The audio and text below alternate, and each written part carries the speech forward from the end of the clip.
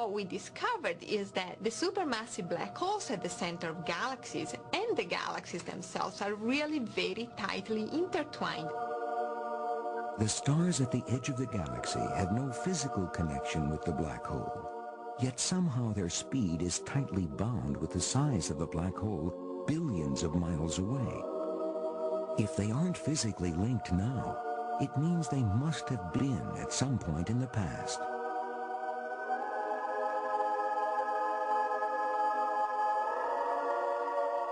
The fact that we see this such a tight relationship between the speed of the stars and the black hole in the middle is a probe to what happened early on in the galaxy. It screams at you something that you don't yet understand about the connection between galaxy formation and black hole formation. The relationship points at an extraordinary idea that galaxies and their giant black holes could be linked from birth. In fact, scientists think that supermassive black holes might even be involved in the formation of the galaxies themselves. We had to rethink our ideas of how galaxies were made. To understand the first light of the universe, we really have to include the role of these supermassive black holes in galaxy formation. All previous ideas of galaxy formation had assumed that gas in the early universe simply condensed to form stars and galaxies.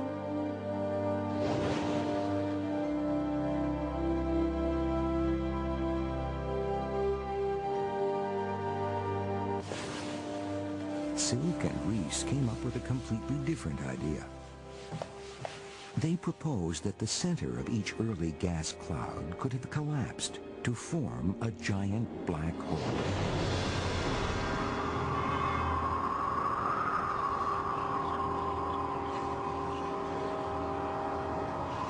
The black hole immediately starts feeding on the gas around it, creating a brilliant quasar.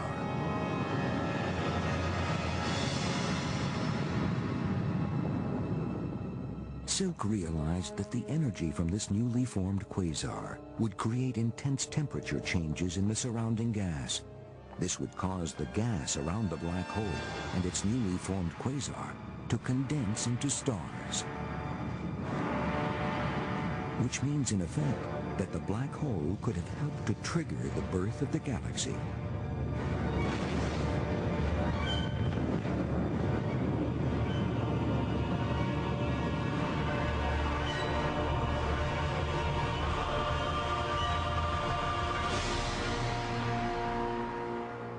We think of black holes normally as being, in this case, they're creative. They're having a very positive impact on the formation of the galaxies. Together, theory and observation are leading scientists to a new view of galaxy formation. It's still just a theory, and there are many details to be worked out.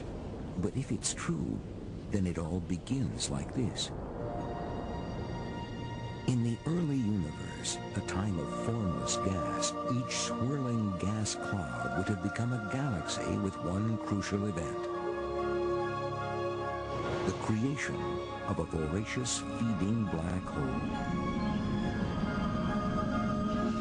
The black hole would have immediately started churning its way through the gas cloud. This would have triggered giant bursts of star formation, and the galaxy would have sparked into life.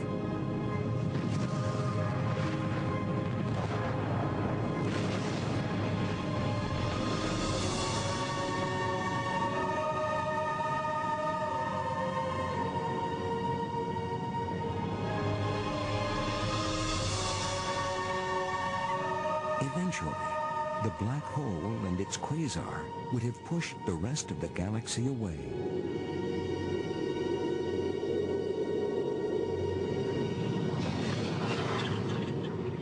After sucking up its quasar, and with nothing left to feed on, the black hole would have been left dark and silent at the heart of the galaxy.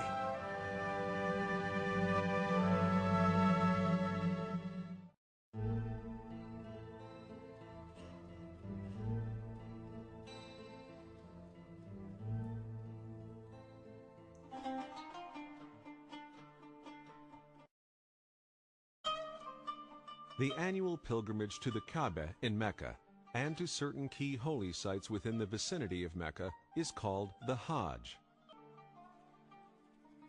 Every Muslim whose health and wealth allows him or her to do so should undertake a pilgrimage to Mecca at least once in his or her lifetime. This obligation is the fifth of the 5 pillars of Islam. For Muslims, the Kaaba stands at the sacred center of the world as the one shrine dedicated to the worship of the one God. The first principal rite of the Hajj performed by the pilgrim is the tawaf, or circumambulation of the Kaaba 7 times accompanied by specific prayers. This circumambulation of the Kaaba, the symbol of God's oneness, implies that all human activity must have God and nothing else at its center. While circling the Kaaba is the final act of the pilgrimage, it is also the top priority for pilgrims when they first get to Mecca.